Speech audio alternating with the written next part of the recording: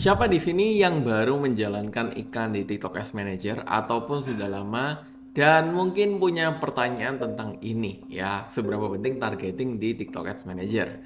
Kita akan bahas lengkap di video ini, tapi sebelum masuk ke sana, kembali lagi bersama saya Sean Andreas dari Upgraded.id, dan di video kali ini kita akan bahas apakah targeting di TikTok Ads itu sepenting itu ya. Nah, nanti kita akan bahas lebih detail.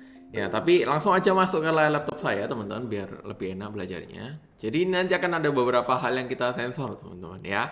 Nah, kalau kita ngomongin targeting, itu kan biasanya orang-orang berpikir bahwa, oh, kunci iklan yang bagus itu adalah di targetingnya. Ya, targeting harus spesifik, harus apa?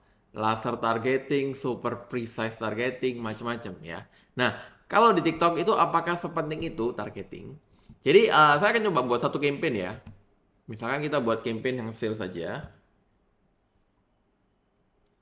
Kita pakai sales. Nama saya kosongin dulu ya. Nah, jadi kalau teman-teman membingungkan targeting itu mana sih? Targeting itu kan di bagian sini ya. Ini kan. Jadi kayak demografisnya, terus minat dan perilakunya, itu apakah harus diisi di TikTok? Oke. Nah, misalkan teman-teman, katakanlah kalau teman-teman di sini menjual barang retail yang bisa dikirim ke seluruh Indonesia. Di sini tentu saya akan pilih Indonesia aja. Oke. Terus usia itu tergantung barang ya. Karena kita belum pernah menjual barang yang cocok untuk usia 13 sampai 17 atau 18 sampai 24. Jadi kita selalu matikan dua ini. Oke. Jadi kita selalu mulai dari sini. Bahkan ada beberapa produk lain yang bisa mulainya cuman 45 55. Jadi makanya tergantung teman-teman itu jualannya apa ya. Tapi katakanlah kalau misalkan di sini itu teman-teman sesuaikan aja usianya. Jadi kalau misalkan teman-teman ingin menargetkan usia 13 sampai 17, ya silakan dicoba gitu kan. Walaupun kita belum pernah coba. Terus gender bisa disesuaikan lagi ya, karena kita kebanyakan itu wanita, ya kita di sini masukin wanita aja. Terus teman-teman perlu perhatikan ini nih. Saat teman-teman masukin targeting, audiens yang tersedia. Jadi ingat teman-teman, semakin kamu rewel ya, dalam arti semakin ini kecil audiensnya, tentu CPM akan semakin mahal dan ada kemungkinan iklannya bisa nggak jalan ya. Karena kita pernah kayak gitu ya, jadi audiensnya kecil terus iklannya nggak jalan ya. Apalagi kalau misalkan apa kita masukin kayak ada di bawah itu kita masukin ini target itu kadang-kadang ya bisa nggak jalan sama sekali gitu kan. Oke, karena kalau nggak memungkinkan ya. Jadi bagian sini itu biasanya kita sesuaikan aja kayak biasanya. Tapi di bagian ini, nah ini kan yang jadi pertanyaan orang ini. Apakah minat dan perilaku itu harus diisi? Jawabannya adalah kalau di TikTok kita hampir nggak pernah coba atau kita hampir nggak pernah isi. Kenapa? Karena waktu kita ngobrol ya sama apa AR-nya TikTok ya, akun representatif ya, itu dia bilang bahwa ini dibuat broad aja atau ini audiensnya itu dibuat seimbang aja. Karena kalau misalkan teman-teman masukin ya, misalkan aku jualan apa? Jualan fashion, ya kita masukin di sini apa? Baju,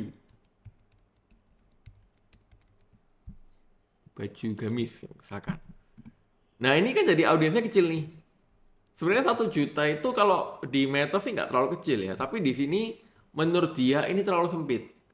Nah, terlalu sempit di sini itu kemungkinan yang menyebabkan iklannya bisa nggak jalan atau jadi mahal banget, ya. Jadi kalau misalkan di TikTok itu kita jarang banget masukin targeting. Cuman kalau misalkan kamu, saya nggak percaya, saya mau coba, ya silakan gitu kan. Tetap harus testing lagi. Tapi biasanya kita akan mulai dari broad seperti ini.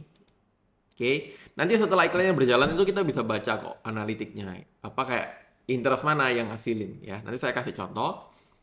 Terus di sini ini kita nggak pernah isi. Cuman kalau misalkan teman-teman mau coba, misalkan, oh mas saya kan jual barang mahal mas, jual barang kayak 10 juta ke atas.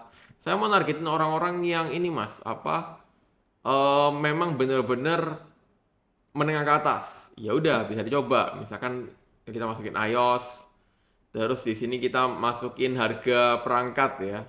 Ini saya nggak pernah ya kan. Jadi kalau kamu masukin iOS udah habis banget nih audiensnya, malah nggak jalan ya. Jadi ya ini yang harus teman-teman perhatikan ya. Saat teman-teman ingin menentukan apa targetingnya yang teman-teman mau masukin. Gitu. Oke. Oke, nah di bagian targeting ini. Nah, kalau misalkan saran saya ya, jadi kamu mulainya broad aja. Jadi biarin benar-benar broad kayak gini. Di bagian minat dan perilaku nggak usah isi, perangkat nggak usah isi. Tapi nanti setelah iklan berjalan, kamu bisa lihat datanya, ya. Sebagai contoh ya. Jadi untuk awal saya sarankan teman-teman isi broad aja. Tapi kalau udah iklannya udah jalan, nah di sini kamu bisa lihat nih, lihat data. Terus di sini kamu bisa lihat bagian audience. Nah ini kayaknya campaign kecil ya. Nah di sini kamu bisa lihat nih. Nah ini campaign yang kecil ya konversinya, tapi nggak apa-apa. Jadi kamu bisa lihat nih, usia yang paling banyak beli itu usia berapa? Oh misalkan 18 sampai 24, 25 sampai 34. Ini kebetulan kita set hanya dua usia ini ya. Jadi ini masih oke lah, 50-50 ya. Tapi kalau misalkan kita lihat minat dan perilakunya, nah ini mulai kelihatan nih. Jadi apa interest yang bisa kita coba? Misalkan apparel, beauty, and personal care. Nah ini bisa dicoba salah satu kalau kamu mau testing ya. Jadi untuk awal itu biarin broad aja. Tapi kalau kamu sudah jalan iklannya kayak tergantung budget ya. Tapi kalau misalkan 1 minggu, 2 minggu atau sebulanan, baru kamu analisa datanya. Mana interest yang paling bagus? Interestnya bisa kamu tes. Bikin game satu-satu ya. Dan perlu diperhatikan tadi potensial audiensnya. Oke. Nah, kurang lebih teman-teman itu menjawab pertanyaan apakah di TikTok Ads itu targeting sepenting itu.